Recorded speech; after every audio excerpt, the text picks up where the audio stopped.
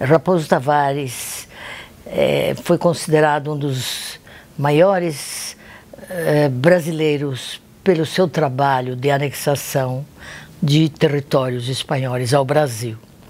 Mas custou muito, porque isso foi uma guerra sangrenta, foi uma guerra que durou alguns anos e destruiu cidades inteiras, vilas, e matou muitos jesuítas, de modo que, e muitos bandeirantes também, de modo que foi uma, eu chamo de uma guerra ideológica. Por que eu digo que é uma guerra ideológica? Durante muito tempo, todos os historiadores e os livros didáticos dizem e repetem sempre que a razão da guerra dos bandeirantes contra os jesuítas, das missões, foram razões econômicas. E aí é que aparece hoje uma verdade que esclarece muito dessa relação bandeirantes-jesuítas.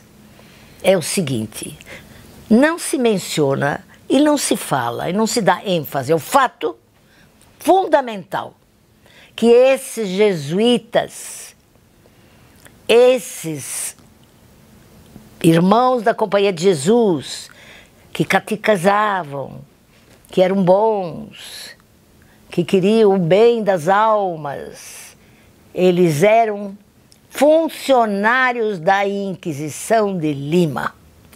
Vocês sabem que a Inquisição de Lima foi tão terrível que é preciso ler o que se escreve sobre essa Inquisição de Lima para a gente poder ter ideia até onde chega essa maldade e essa desumanidade. É preciso entender todo o contexto, o que estava acontecendo desde Évora até a região brasileira, para poder compreender a motivação e o que levou a um ódio tão feroz dos paulistas contra os jesuítas.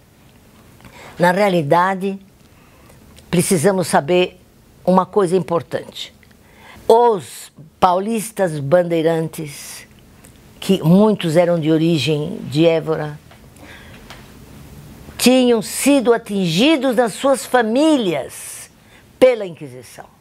A Inquisição tinha preso nos seus cárceres as duas irmãs de Pedro Vaz de Barros, que foi o mais importante companheiro de Raposo Tavares. Enquanto ele estava fazendo aquele grande serviço, prestando grande serviço para Portugal, para o Brasil, junto com Raposo Tavares, as duas irmãs dele estavam sendo torturadas nos cárceres da Inquisição. Então, a motivação que o Pedro Vaz de Barros tinha de, junto com Raposo Tavares, matar os jesuítas, era um fator realmente real.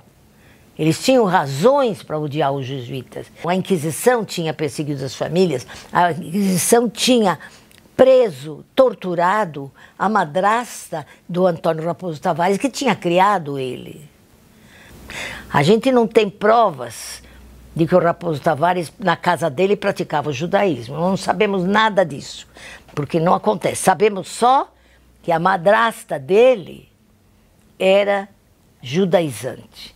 E diz o José Gonçalves Salvador, também uma hipótese, que ela era prima da mulher, da mãe do Raposo.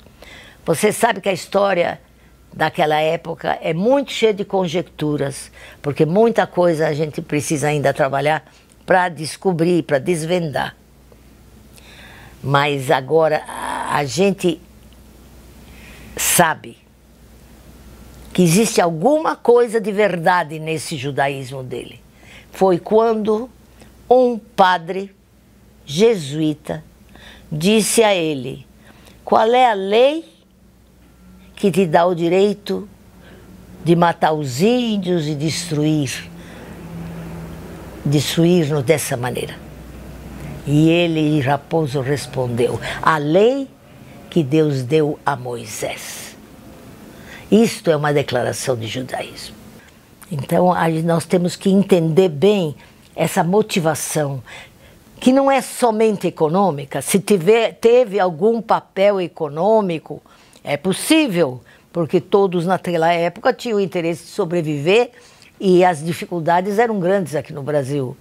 Mas eu penso que a grande motivação da Guerra das Missões foi a luta contra a Inquisição. E os paulistas estão na frente dessa luta contra a Inquisição. Agora, não foi uma luta contra a igreja. Apesar de que os bandeirantes eram iconoclastas, não eram religiosos, eles eram contra a teocracia, que a igreja mandasse, tudo isso, mas eles eram tolerantes. O Jaime Cortesão diz que eles eram democratas. E se eles permitiam que outras... e ele diz ainda mais, Jaime Cortesão diz que eles achavam que cada um tinha que ter a religião que quisesse. E cada um acreditasse naquilo que quisesse. Que, aliás, é uma das opiniões dos cristãos novos. Podiam ter a opinião que quisesse.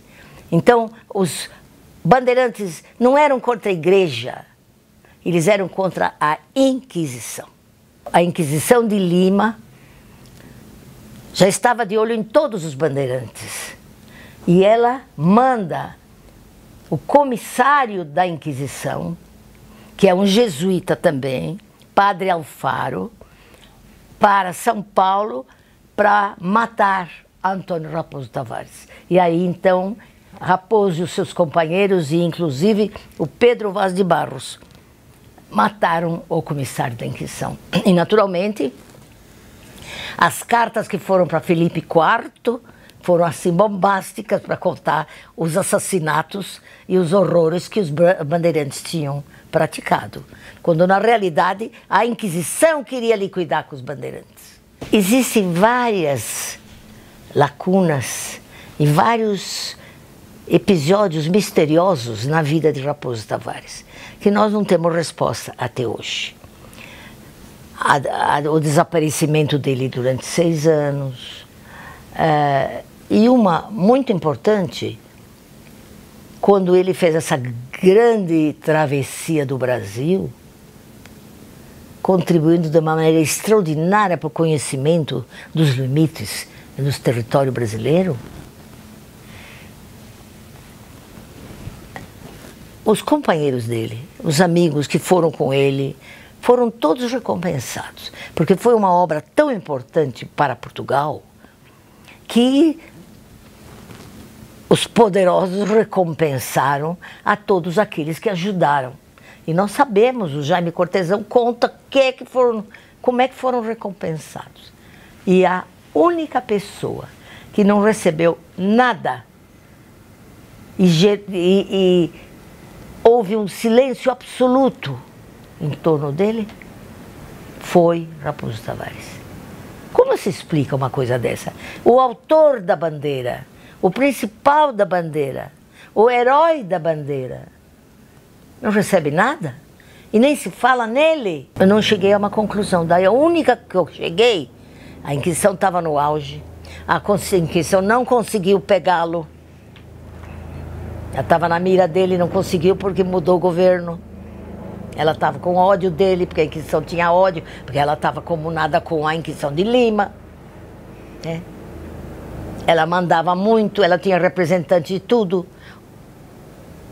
O rei era cúmplice dela. O rei, Dom João V, era cúmplice dela. Já no século XVIII, o Dom João V, no século XVIII, ainda não se fala nele. Dom João V era cúmplice da Inquisição, ele assistia a todos os autos de fé, com toda a corte, ficavam delirando quando o judeu sofria na frente dele queimado, os gemidos deles, eles adoravam ouvir. Aí eu tenho minha teoria, né? Então, que a Inquisição não foi estabelecida no Brasil, porque isso todos perguntam.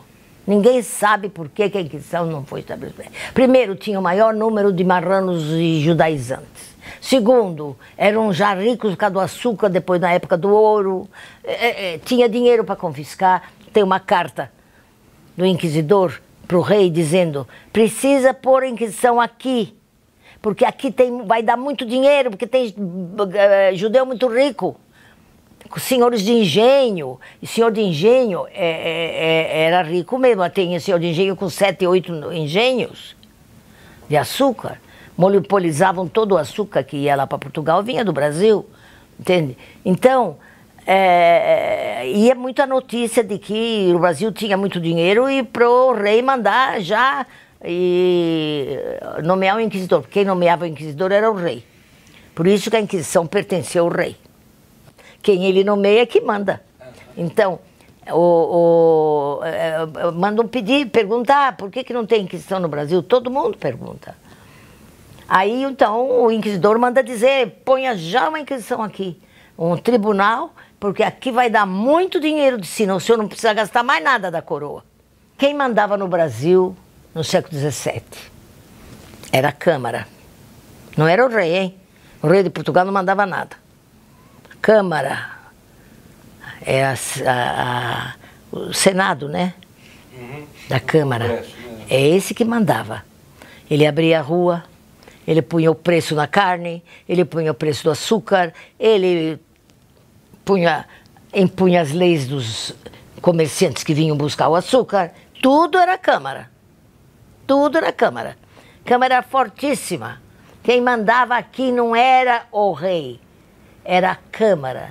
E a Câmara, mandando, quem eram os homens da Câmara? Senhor de engenho. Então, o senhor de engenho tinha exército. O senhor de engenho tinha exército, não esquece disso.